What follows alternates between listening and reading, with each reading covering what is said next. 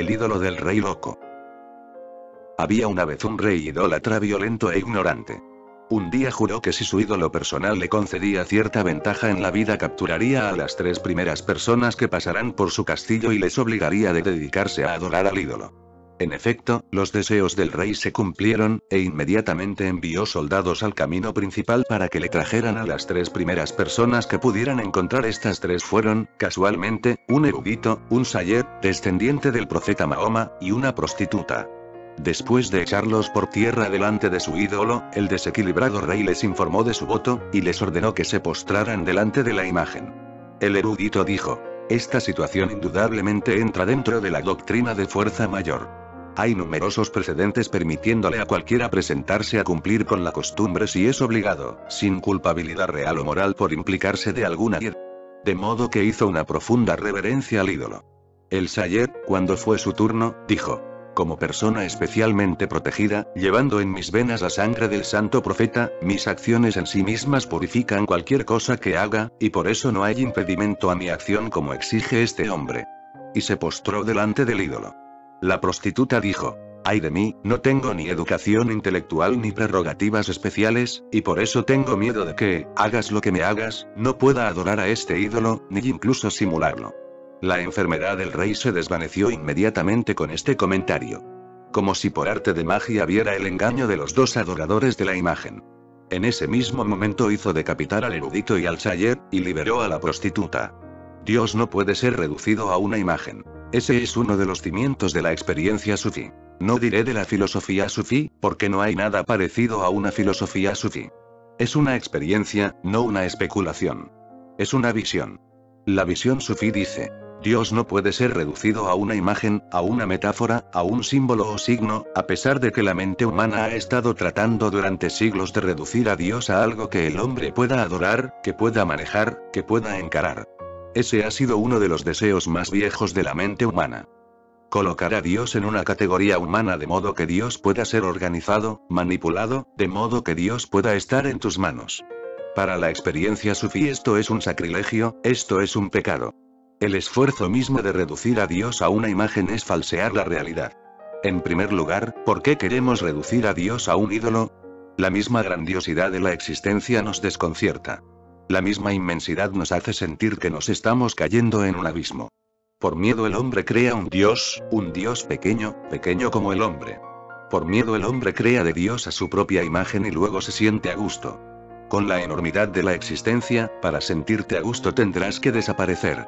O bien desapareces en el infinito de la existencia o creas a un Dios manejable. Creas un templo en tu casa, reduces a Dios a una imagen. Entonces puedes olvidar la enormidad, la grandiosidad, la inmensidad. Debido al eterno silencio de la existencia, el hombre quiere hacer una canción para cantarla. La canción podría ser de los Vedas o del Corán. No importa. El sonido es consolador, el silencio da miedo. La imagen parece humana, parte del mundo. El Dios sin imágenes es sobrehumano, está más allá de nosotros. A menos que vayamos más allá de nosotros mismos, no podremos encontrar el verdadero Dios. Para evitar ese encuentro, para evitar la trascendencia, creamos un Dios pequeño a nuestro gusto. Comenzamos a tener diálogos con nuestro Dios creado, hecho por el hombre, manufacturado por la mente humana. Adoramos, rezamos, hacemos rituales y somos felices. Es una especie de sueño, no es una entrada a la realidad. Tus templos son barreras para Dios, no puertas.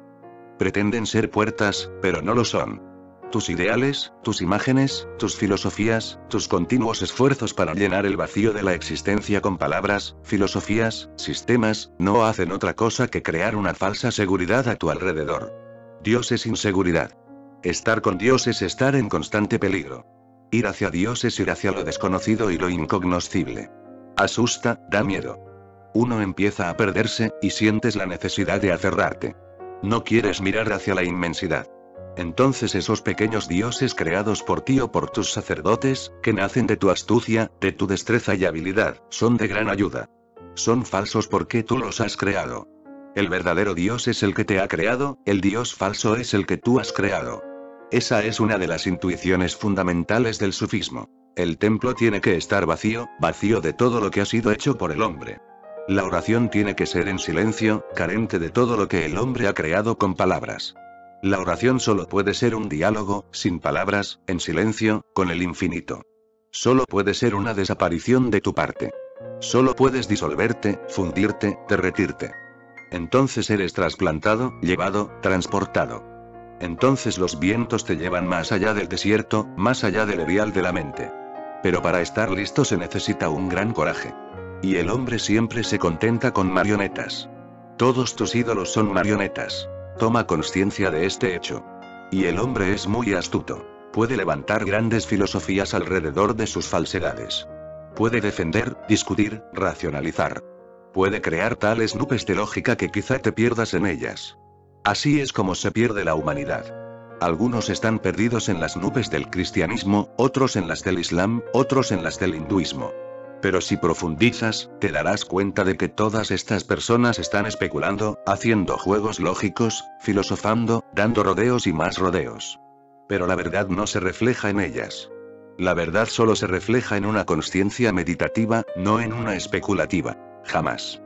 En el momento que piensas, has tomado el camino equivocado.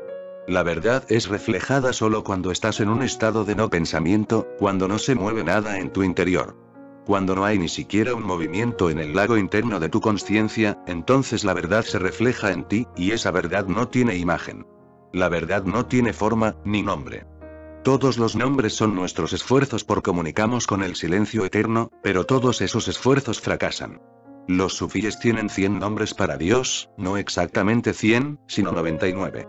Yo los llamo los 99 nombres de la nada. El verdadero, el número 100, está vacío. Lo que no es dicho, lo que no es provocado, se deja. Serán 99. ¿Dónde está el número 100? Ese es el auténtico nombre. El que no puede pronunciarse, el que no puede mentarse. Pronunciarlo sería profanarlo. ¿Cómo puede pronunciarse el nombre esencial? Y una vez pronunciado, ¿cómo puede seguir siendo esencial? Lao Tzu dice: no conozco su nombre, nadie lo conoce, por eso le llamaré Tao. Hay que llamarlo de alguna forma, pero ningún nombre es el verdadero. Cuando todos los nombres desaparecen de tu mente y estás ahí solo observando, siguiendo, sin hacer nada, tienes el primer vislumbre, la primera penetración del infinito en el infinito. Quedas preñado. La primera penetración del cielo en la tierra, y tu semilla se rompe, y empiezas a crecer. Y ese crecimiento es una especie de suceder. No haces nada, simplemente lo permites. Eso es lo primero que tienes que recordar. Pero incluso los musulmanes, que han estado en contra de cualquier tipo de adoración a ídolos, han levantado sus propios ídolos. Parece que la mente humana no puede evitar la tentación. Ahora Kaaba y la piedra negra se han convertido en el ídolo. Ahora la gente va a la Kaaba para Hajj, en peregrinación.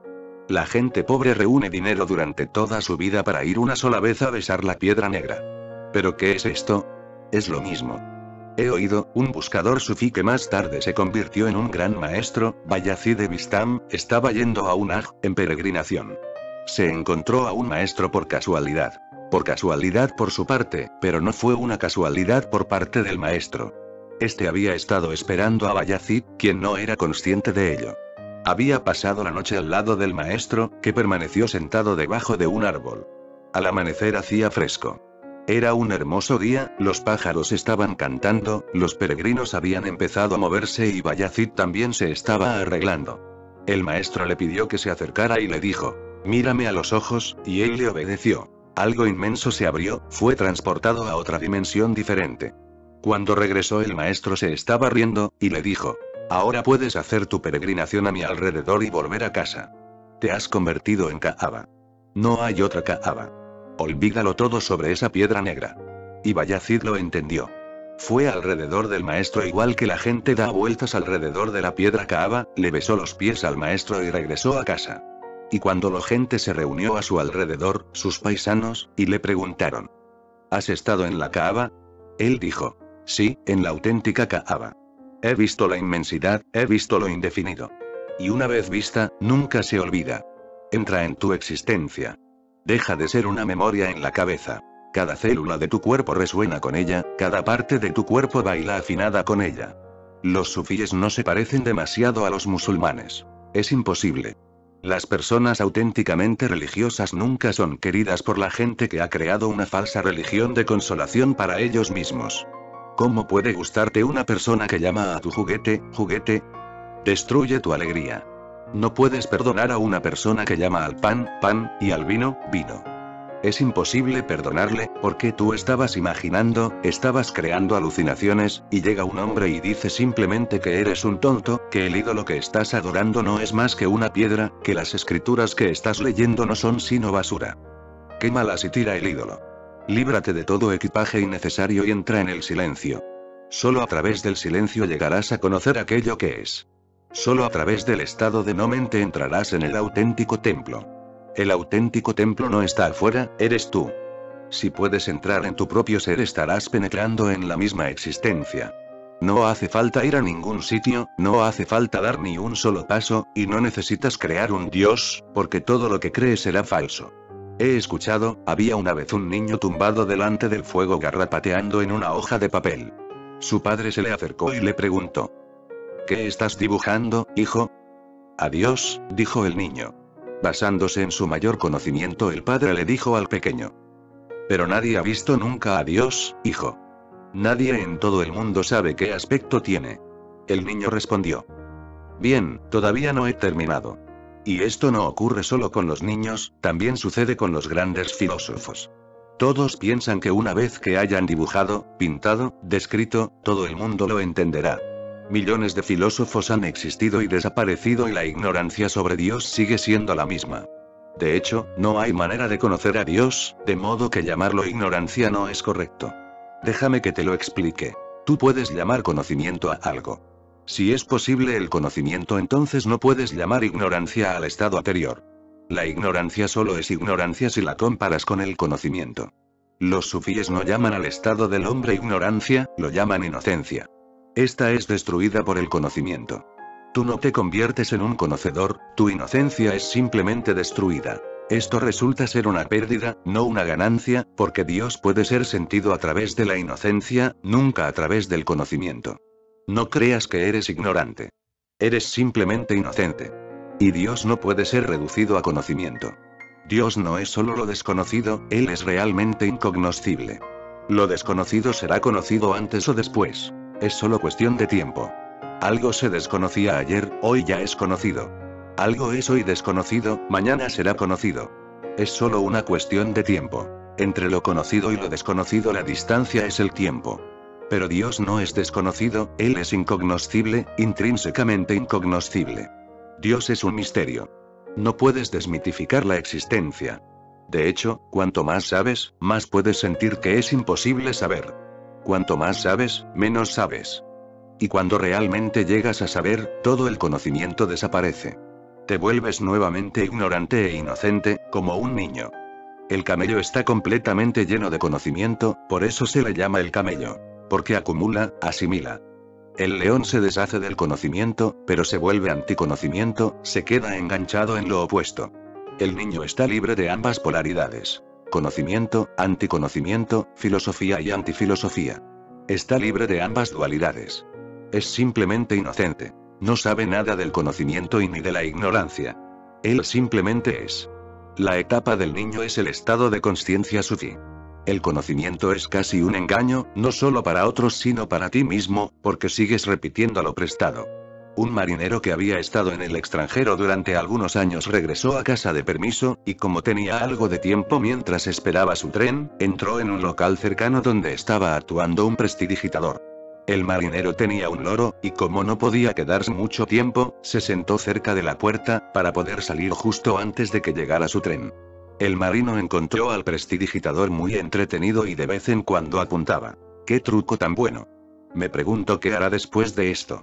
En ese momento al marino le entraron ganas de fumar, por eso encendió un cigarrillo y arrojó la cerilla afuera por la puerta abierta. Ahora bien, en el exterior del local había, casualmente, una fuga de gas, y se produjo una tremenda explosión. El local quedó destruido. Unos minutos más tarde, un loro muy sucio apuntó desde su percha en la torre de una iglesia a 2 kilómetros de allí. ¡Qué truco tan bueno! Me pregunto qué hará después de esto. La persona erudita es como un loro. Está repitiendo algo que no entiende. Está repitiendo algo porque lo ha oído repetir. Lo repite sin que para ella tenga ningún significado.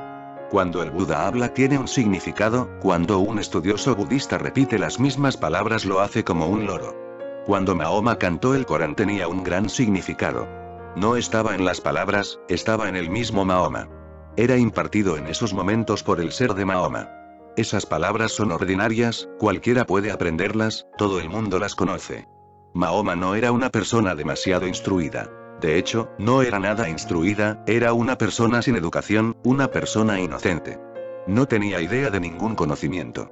Era tan inmensamente humilde en su inocencia que cuando por primera vez, meditando en la montaña, le sucedió la no mente, cuando floreció el Satori, cuando se abrió a la existencia, cuando este mundo desapareció y el otro comenzó a tomar realidad en su ser, se asustó mucho.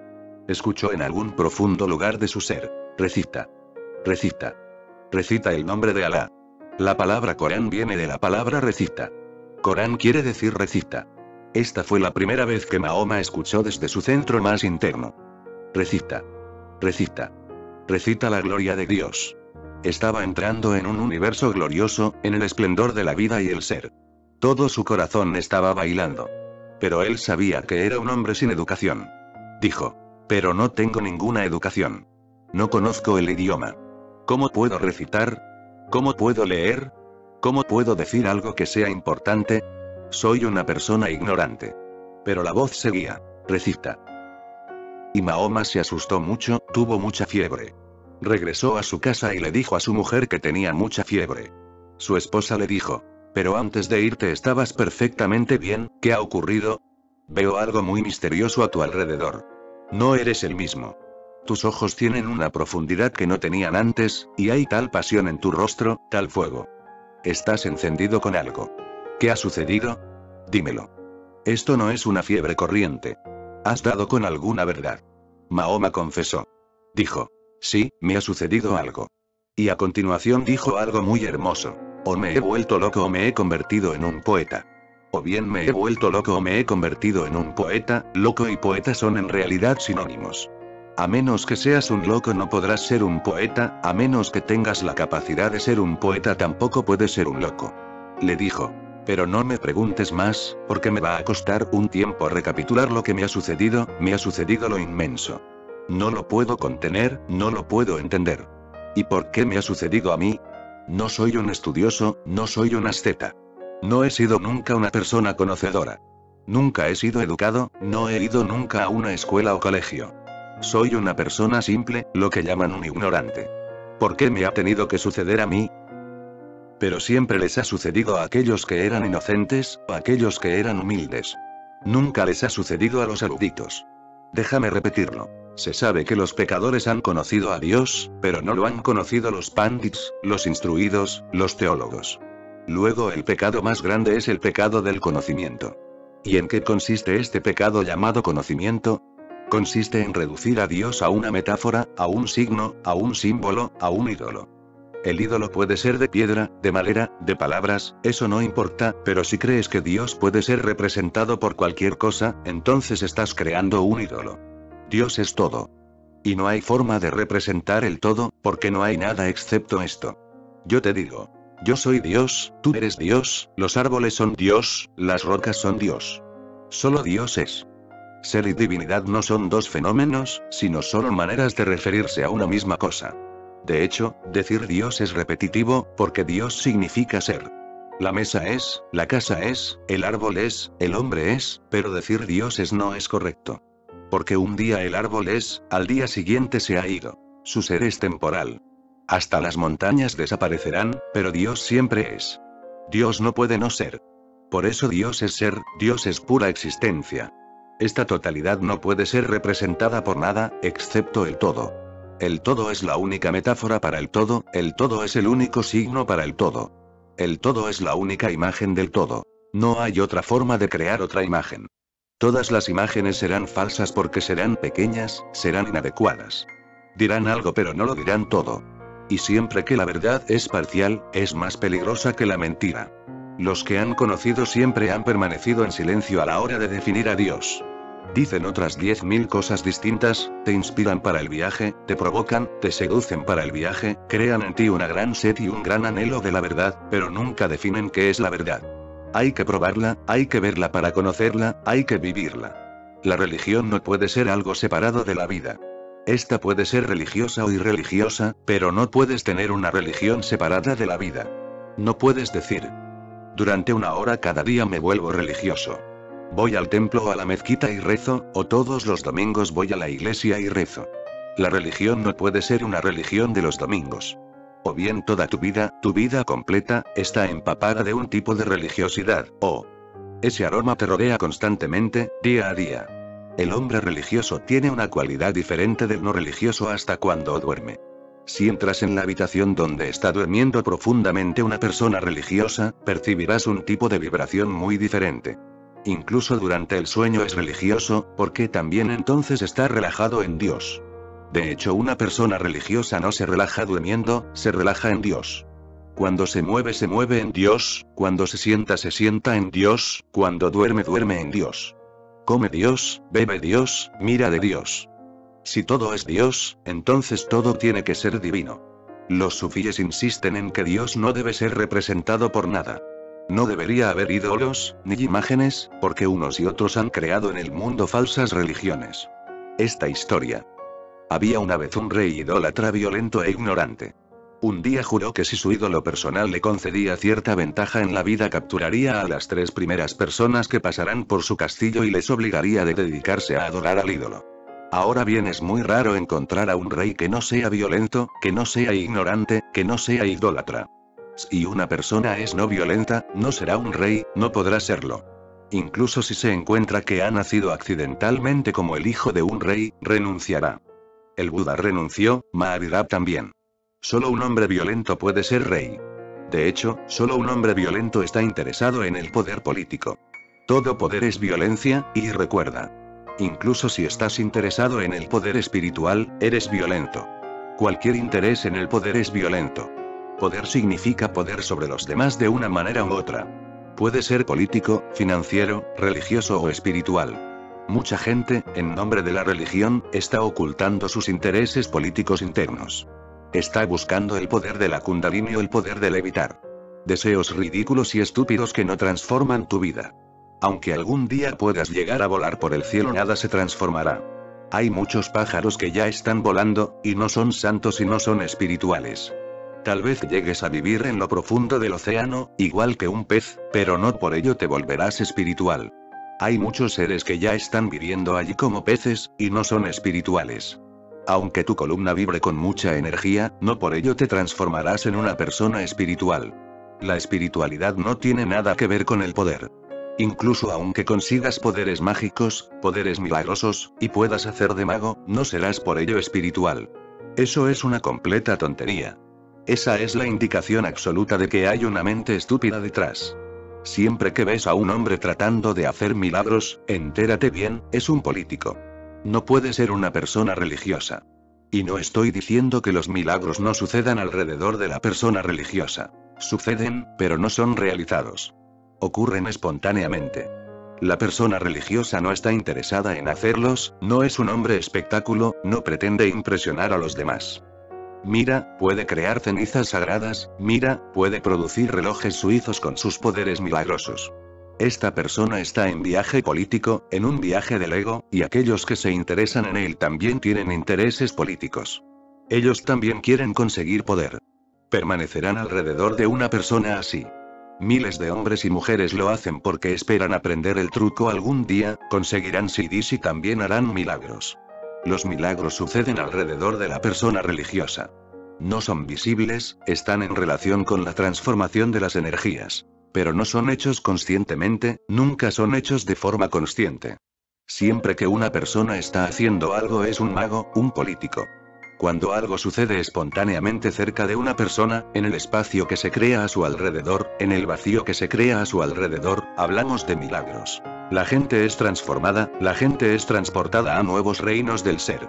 Eso es otro asunto. Pero toda la búsqueda política, toda ansia de poder, es fea y violenta. Poderes metafísicos. Había una vez un rey idólatra violento e ignorante. Un día juró que si su ídolo personal le concedía cierta ventaja en la vida, recuerda, siempre que vas a adorar a un ídolo no estás interesado en Dios, estás buscando alguna ventaja en la vida. Todas tus oraciones son mundanas. Estás pidiendo algo. La oración real nunca pide nada. La auténtica oración nunca reclama nada. Al contrario, vierte todo en Dios, no pide nada. El auténtico devoto es aquel que va y grita desde su corazón y le dice a Dios: acéptame. No me lo merezco, pero a pesar de todo acéptame. Llévame de mí mismo. Disuélveme, destrúyeme, aniquílame. Él no va a pedir algo. Dame dinero o dame poder, o dame esto y lo otro. La persona auténticamente religiosa va a dar, no a conseguir. Esto va a decidir la calidad de tu oración. Si en tu plegaria en algún lugar, aparente o escondido, está el deseo de conseguir algo, entonces no es una oración religiosa. Y por este tipo de plegarias, el hombre tuvo que crear dioses falsos. Una mente falsa crea dioses falsos. Una mente falsa necesita dioses falsos. Ahora este rey, un día juró que si su ídolo personal le concedía cierta ventaja en la vida, recuerda, Dios es impersonal. Los ídolos son personales. El hindú tiene el suyo, el cristiano tiene el suyo, el budista tiene el suyo. Y no solo eso, sino que cada persona mundana tiene una cierta idea de Dios y un ídolo de Dios que quiere poseer totalmente. La mente mundana es posesiva. Escuché que una monja budista solía llevar con ella un pequeño Buda de oro, un ídolo personal del Buda, porque tenía una gran aversión a adorar Budas públicos. En un templo un Buda es público, todo el mundo lo venera, miles de personas le rezan. La mujer quería tener su propio Buda. Era un Buda pequeño pero era el suyo. Y ella solo adoraría a su Buda. Una vez se quedó en un templo que tenía 10.000 estatuas del Buda, estaba lleno de Budas. Y había algunos colosales. Toda la montaña estaba esculpida con Budas, pero ella seguía adorando al suyo.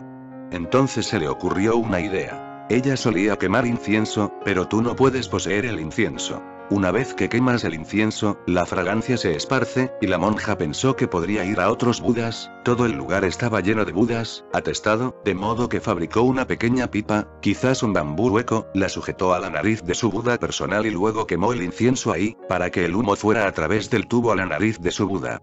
Y no te rías. Esto es lo que está sucediendo en todo el mundo. Esto es la estupidez humana. Es muy común, es casi universal. Estaba muy contenta por haber encontrado la manera de que ningún otro Buda compartiera su adoración, su plegaria. Por la mañana se despertó y comenzó a rezar a su pequeña estatua, pero cuando le quitó el tubo se echó a llorar porque la cara del Buda se había ennegrecido. El maestro de ese templo, un maestro zen que había estado observando toda la estupidez, se rió ruidosamente. Le dijo: fíjate. No solo tú te has sumido en la miseria sino que has arrastrado a tu Buda contigo. Has destruido a tu Buda. En el momento en que posees destruyes. La posesión es destructiva. Dios no puede ser personal. De hecho, para conocerle, tendrás que desaparecer como persona. Y haces justo lo contrario. Reduces a Dios, lo impersonal, a una persona. En vez de disolverte y convertirte en impersonal, reduces a tu Dios a tu estatus. Estas son las dos cienas. Una es volverte como Dios, impersonal. Entonces hay un encuentro. La otra es reducir a Dios a una persona, hacer un ídolo de él, darle una cara, una forma, un nombre. Entonces él es como tú, y hay la posibilidad de tener un diálogo. Tu personalidad es falsa. No eres realmente una persona. Tu identidad como persona es solo una ilusión. Cuanto más profundo entres en tu interior, más encontrarás lo universal. Tú eres todo el universo, igual que cada ola es todo el océano. Si te metes profundamente en la ola te encontrarás con el océano, no con la ola. Es exactamente el mismo caso con cada persona. Una persona es solo una ola. Dios te está modelando a ti de una forma, me está modelando a mí de otra forma, está modelando incluso de otro modo en otras cienas. Todas las formas son suyas. Ve detrás de la forma, ve más profundo, descorre la cortina y encontrarás una existencia impersonal. La manera correcta de dialogar con Dios es abandonar tu personalidad. La manera equivocada es no solo no abandonar tu personalidad, sino crear una personalidad alrededor de Dios. Esto es adorar un ídolo. Haz de Dios un Rama, un Krishna, un Cristo, un Buda, después relaciónate con Rama, con Krishna, con Cristo. Lo que ocurre en el nombre de Dios no tiene nada que ver con Dios, y lo que ocurre en el nombre de la religión no tiene nada que ver con la religión. Solo hay una religión, y es el arte de desaparecer como persona para que puedas comulgar, hacerte uno con la fuerza impersonal, la energía impersonal, la existencia impersonal. Un día juró que si su ídolo personal le concedía cierta ventaja en la vida capturaría a las 3 primeras personas que pasarán por su castillo y les obligaría a dedicarse a adorar al ídolo. Ahora esto también es algo que hay que entender. Él está pidiendo una ventaja, si se cumple atrapará a 3 personas, 3 inocentes que no tienen nada que ver con el acuerdo, que no tienen parte alguna en él, y las obligará a adorar. Esto se ha hecho siempre, de muchas maneras. Estas historias sufíes son indicativas de muchas cosas. Por ejemplo, en la India y también en otros países, se han sacrificado millones de animales a Dios. Ahora bien, ¿qué tienen que ver esos animales con Dios?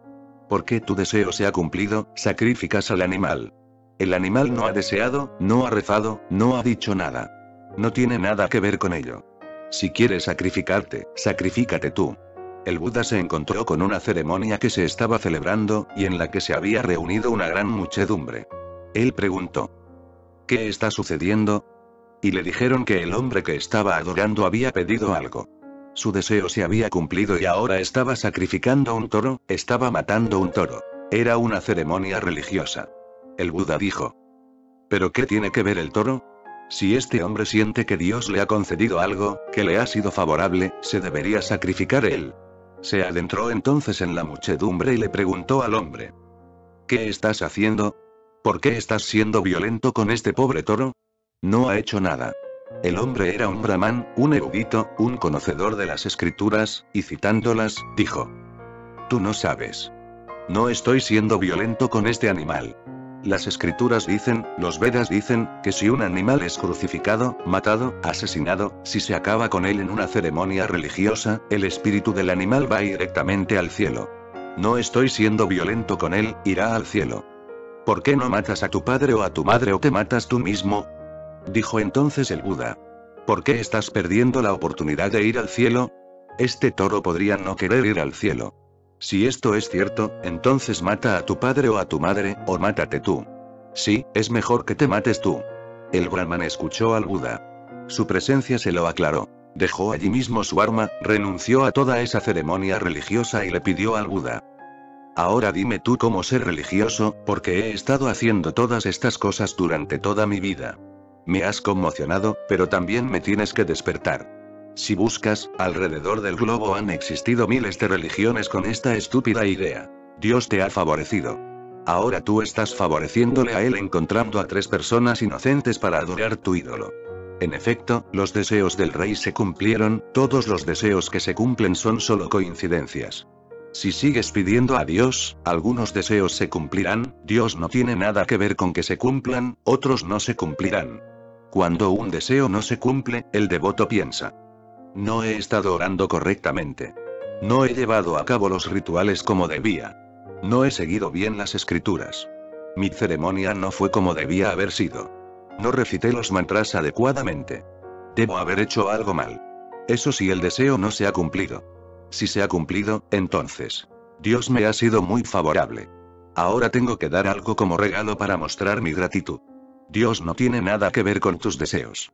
De hecho, solo experimentas a Dios cuando ya no tienes más deseos. Únicamente una consciencia carente de deseos llega a conocer qué es Dios, y se vuelve divina. Todos los deseos son mundanos, tanto si se cumplen como si no. Es tu juego. Así es como está sucediendo en todo el mundo. Vas a un santo y tu deseo se cumple. Entonces vas de nuevo. Si no se cumple, vas a algún otro santo. Algún día, en algún lugar, se producirá la coincidencia y tu deseo se cumplirá. Entonces el santo se convertirá en tu Dios, porque tu deseo se cumplió allí. Pruébalo. Es solo un juego. Si tiras una moneda, hay un 50% de posibilidades de que caiga de este lado y otro 50% de que caiga del otro. Y si tiras la moneda millones de veces, entonces se acercará cada vez más al 50%. Pero es solo una coincidencia. La gente es explotada en profundidad. Sé consciente de esto. En efecto, los deseos del rey se cumplieron, e inmediatamente envió soldados al camino principal para que le trajeran a las 3 primeras personas que pudieran encontrar. Estas 3 fueron, casualmente, un erudito, un sayed, descendiente del profeta Mahoma, y una prostituta. 3 personas, y los sufíes tienen mucho que decir de estos 3 tipos. El primero es el tipo estudioso, el pandit, hombre de conocimiento. El segundo es el tipo virtuoso, el pío. El tercero es el pecador, la prostituta. Intenta entender la historia profundamente porque contiene un gran mensaje. Después de echarlos por tierra delante de su ídolo, el desequilibrado rey les informó de su voto, y les ordenó que se postraran delante de la imagen. El erudito se dijo: esta situación indudablemente entra dentro de la doctrina de fuerza mayor. Hay numerosos precedentes permitiéndole a cualquiera presentarse a cumplir con la costumbre si es obligado, sin culpabilidad real o moral por implicarse de alguna hied. De modo que hizo una profunda reverencia al ídolo. Así es como el hombre de conocimiento reacciona, responde a la realidad. Siempre puede encontrar maneras de hacer lo que quiere. Es lo suficientemente listo.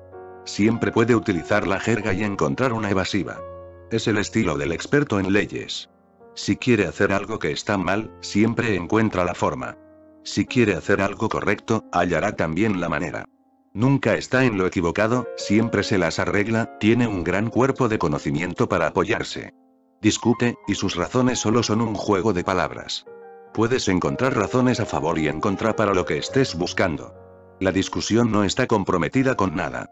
La discusión no está comprometida con la verdad, la discusión es solo sofistería. En la antigua Grecia existía una gran escuela, los sofistas. Toda su enseñanza consistía en que no hay nada que sea verdad o mentira. Si eres listo, eres capaz de probar que cualquier cosa es verdad, y también puedes probar que cualquier cosa es mentira. Todo depende de lo listo que seas, porque no hay verdad, no hay mentira. Solían enseñar sofistería, solían enseñar cómo discutir. El argumentarlo era todo. Este tipo de argumentación sofística ha existido en todos los países del mundo. Todavía existe, y es un juego en el que te puedes perder y olvidar lo que estabas buscando. La argumentación sofística es una manera de defender tu ego. Pero este hombre se está enfrentando a un problema. Este hombre debía de ser musulmán. La historia proviene de un país musulmán. Su religión no le permite adorar a un ídolo. Y ahora este rey loco le obliga, y sabe que si no adora lo matarán. Tiene que encontrar una hied. El erudito se dijo: esta situación indudablemente entra dentro de la doctrina de fuerza mayor. Ahora encuentra una doctrina para ello, una explicación, un apoyo de las escrituras. Hay numerosos precedentes permitiéndole a cualquiera presentarse a cumplir con la costumbre si es obligado, sin culpabilidad real o moral por implicarse de alguna hied. Si este rey loco quiere que me postre ante su ídolo, puedo postrarme sin realmente postrarme ante él. Puedo fingir. Puedo engañarle. Tengo que salvar mi vida. Pero en lugar de ver el hecho, estoy más interesado en mi vida que en la religión. Estoy más interesado en salvarme que en buscar a Dios. Estoy más interesado en protegerme a mí mismo por miedo, en lugar de ver esto exactamente como es, se justifica con su jerga. Y siempre puedes encontrar formas, y seguir jugando el juego de las palabras durante millones de vidas. Es algo que no tiene fin. Esto es lo que está sucediendo también en la vida actual. Nunca ves la realidad, la ocultas. Tienes miedo y dices otra cosa. Justo la otra noche alguien estuvo aquí. Sannyas provoca miedo, un gran miedo, pero nadie lo acepta. No dicen: tengo miedo, por eso no quiero tomar sannyas. Dicen: ¿pero qué sentido tiene vestir de naranja? ¿Qué sentido tiene cambiarse el nombre? ¿Podemos seguir con nuestra ropa de siempre? ¿Podemos seguir siendo sannyasin sin declararlo al mundo? Y lo auténtico es lo que sientes, está en el interior, dicen. ¿Por qué tiene que mostrarse de forma externa? Y todas las cosas que dicen parecen hermosas, pero no son verdad. En el fondo simplemente tienen miedo del que dirán, de que los demás les consideren tontos o locos. La gente viene a mí y me dice: aquí no hay problema, pero sí los tendremos cuando vayamos a Occidente.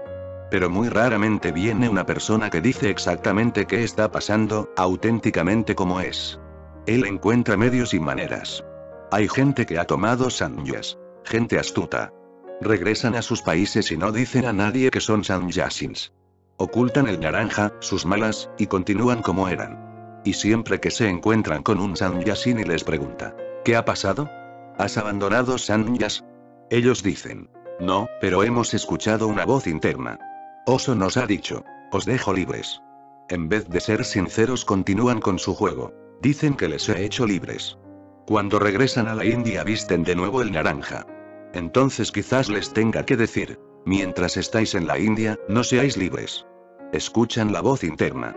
Recuerda, es bueno ser auténtico, es bueno no ser un hipócrita. Te ayuda a crecer. Todas las falsedades que continúas defendiendo son venenosas. Destruirán tu ser interno. Y los argumentos pueden ser muy lógicos, muy convincentes, pero si no son auténticos, son todos basura. Lo auténtico no es la validez del argumento como tal, sino la verdad. En ese momento este hombre de la historia podía haber dicho sencillamente la verdad. Tengo miedo de morir, por eso lo haré. Y eso hubiera sido un gran acto religioso. Ver la verdad le hubiera ayudado. O quizás, viendo la verdad de que él es un cobarde, podría haber resistido, y hubiera dicho: está bien, mátame pero no me voy a postrar. O bien se hubiera postrado por miedo, pero entonces se hubiera vuelto más humilde, sabiendo que soy un cobarde, o quizás, viendo el miedo, se podría haber levantado y haber dicho: está bien, no voy a ser un cobarde. Mátame, pero no voy a hacer algo que no me atrae. Esta vez argumentando y dando vueltas se ha salvado. ¿Pero salvado de qué? Salvado de la verdad, salvado de Dios. Ha sido astuto. Una mente astuta es una mente suicida. El Sayer, cuando fue su turno, dijo: como persona especialmente protegida, llevando en mis venas la sangre del santo profeta, mis acciones en sí mismas purifican cualquier cosa que haga, y por eso no hay impedimento a mi acción como exige este hombre. Y se postró delante del ídolo. Ahora el denominado virtuoso. El hombre que piensa que está protegido, que es especial, que es uno de los escogidos. Ahora, ¿qué tiene que ver esto con la sangre de Mahoma? La sangre es solo sangre. Ser de la misma estirpe que el profeta no supone una diferencia.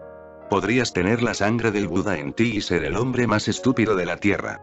Muchos deben de tener la sangre del Buda, sabiéndolo o sin saberlo. Muchos deben de tener la sangre de Krishna, muchos deben de tener la sangre de Moisés. ¿Pero qué tiene esto que ver? Tu sangre no es una diferencia, tu herencia no es una diferencia, tu tradición no es una diferencia. A menos que tu conciencia aparezca no hay ninguna diferencia.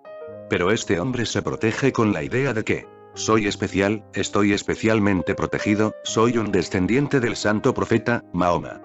Dios debe protegerme. Y todo lo que hago es puro porque lo hago yo. Es incluso más astuto que el estudioso. Este aún tiene algunas dudas, pero el virtuoso no puede tener ninguna. Su engaño es total. Recuerda, nadie te está protegiendo. Ni Cristo, ni Mahoma, ni Krishna. Nadie puede protegerte excepto tú mismo. No traspases tu responsabilidad a otro, que es algo que las personas hacen a menudo. Un misionero cristiano vino a verme y me dijo: Jesús nació para liberarnos a todos del pecado.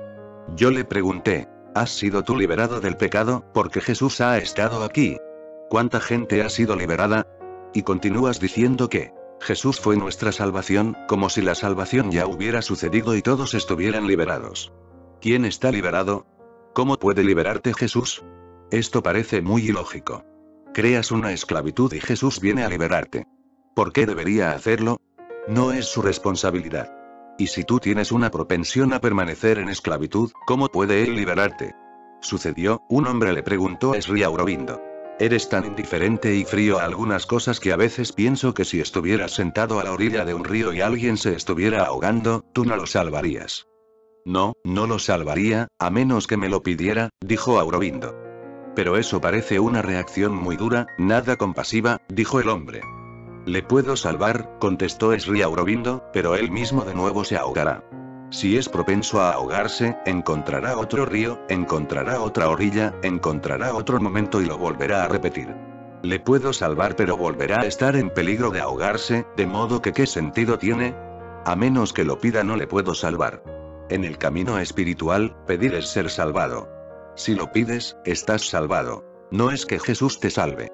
Recuerda estas hermosas palabras de Jesús: pedid y se os dará. Llamad y las puertas se os abrirán.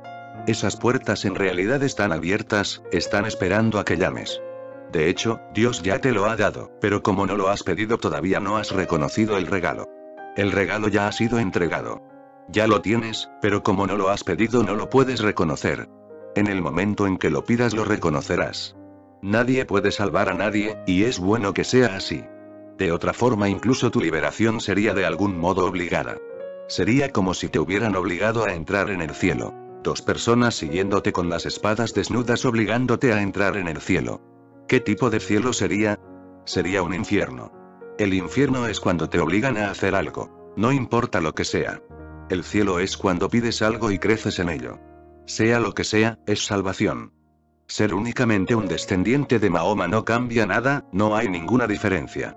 No te salva solo por haber nacido cristiano. Solo por nacer en esta tierra, en la India, no estás salvado.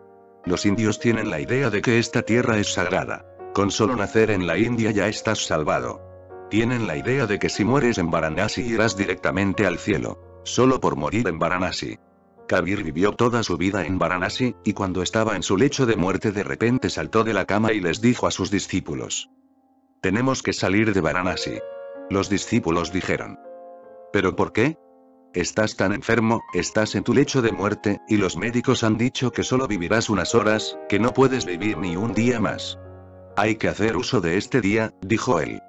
Deprisa, corramos tan lejos de Varanasi como podamos. Pero le dijeron: ¿a dónde? ¿Y por qué? La gente viene a Varanasi a morir. La gente va a vivir a Varanasi en su edad anciana, solo para morir allí, porque es el lugar más sagrado de la tierra, la ciudad de Shiva, la ciudad más antigua, la más santa de todas. ¿Mueres allí? Eso es suficiente, tus pecados dejan de tenerse en cuenta. Morir en Varanasi es una purificación. Estás salvado, vas inmediatamente al cielo, directo. Kabir dijo: iré a Magar, una pequeña aldea cerca de Kashi. Y le dijeron: de todos los lugares, Magar. Existe una tradición que dice que si mueres en Magar renacerás en forma de burro. De todos los lugares, Magar. ¿Te has vuelto loco? Debes de estar loco. Te estás muriendo, has perdido todo el juicio. Trataron de mantenerle en Kashi pero no les escuchó y se fue a Magar y murió allí. Antes de morir, cuando le preguntaron: ¿por qué Magar? Dijo: si muero en Magar y voy al cielo será algo de mucho mérito. Pero si muero en Varanasi y voy al cielo no tiene gracia. Entonces el cielo no tiene gracia. Se dice que las personas que mueren en Magar renacen como burros, así que si muero allí y voy al cielo, será un premio realmente merecido, mío. Dependo solo de mí mismo. Y al morir, les dijo a sus discípulos: depender de vosotros mismos. No penséis que solo porque seguís a Kabir iréis al cielo. El cielo no es tan barato. El Sayed, cuando fue su turno, dijo: como persona especialmente protegida, llevando en mis venas la sangre del santo profeta, mis acciones en sí mismas purifican cualquier cosa que haga, y por eso no hay impedimento a mi acción como exige este hombre. Y se postró delante del ídolo. La prostituta dijo: ay de mí, no tengo ni educación intelectual ni prerrogativas especiales, y por eso tengo miedo de que, hagas lo que me hagas, no pueda adorar a este ídolo, ni incluso simularlo. La prostituta no tiene un lugar donde ocultar su cabeza, y esa es su autenticidad, su belleza. Ella no tiene una jerga intelectual. Sabe que no se puede esconder detrás de las escrituras. No sabe nada de ellas. Tampoco es virtuosa, no pertenece a una familia musulmana, no tiene sangre sagrada en sus venas. Es una pecadora, y lo sabe. Así que, sin prerrogativa de protección alguna, sin la protección de argumentos intelectuales o filosóficos, es vulnerable, no puede ser falsa. No puede defenderse porque no puede encontrar ningún argumento, ninguna falsa protección. Nunca se sentirá feliz consigo misma si se postra ante este ídolo. Nunca será capaz de perdonárselo a sí misma. El estudioso no sentirá ninguna culpa. Sabe que las escrituras lo permiten, sabe que hay precedentes. El Sayed se olvidará de todo, pero la prostituta no podrá perdonárselo si hace algo falso. Una extraña historia, en la que el pecador es la persona auténtica. Y esta es también mi experiencia, eso es lo que he observado. Los pecadores son más auténticos que los denominados virtuosos. La gente inocente, ignorante, es más sincera que las personas sofisticadas y cultas. La civilización solo hace gente astuta. Pierden toda su inocencia, toda la fragancia de la inocencia. ¿Recuerdas a María Magdalena? Ella parece ser la única verdadera seguidora de Jesús. Su autenticidad, su atrevimiento, es inmenso. Jesús ha ido a su casa y ella derrama su mejor perfume en sus pies, lava sus pies con el perfume y después los seca con su pelo. Estaba allí sentada derramando lágrimas y más lágrimas, y naturalmente los virtuosos se ofendieron. Alguien le dijo a Jesús: esto no está bien. Es una pecadora, no se le debería permitir que te tocara. Así se ha comportado siempre el egoísta, el virtuoso, el intelectual. Judas tampoco estaba contento con esto. Debió de ser un comunista o un socialista. Dijo: esto es un despilfarro. Ese perfume es muy caro, ¿por qué gastarlo? La gente se muere de hambre. El perfume podría venderse. Es raro. Podríamos haber alimentado a algunos pocos. Parece lógico. Tú tenderás a estar de acuerdo con Judas en vez de con Jesús. Lo que este dijo era muy ilógico. Él dijo: pero siempre habrá pobres. Cuando yo no esté os podréis ocupar de ellos. No entendéis el corazón de esta mujer. No le puedo decir no a ella. Dejadle hacer lo que quiera. Dejadle que se descargue, dejadle llorar, dejadle tocarme.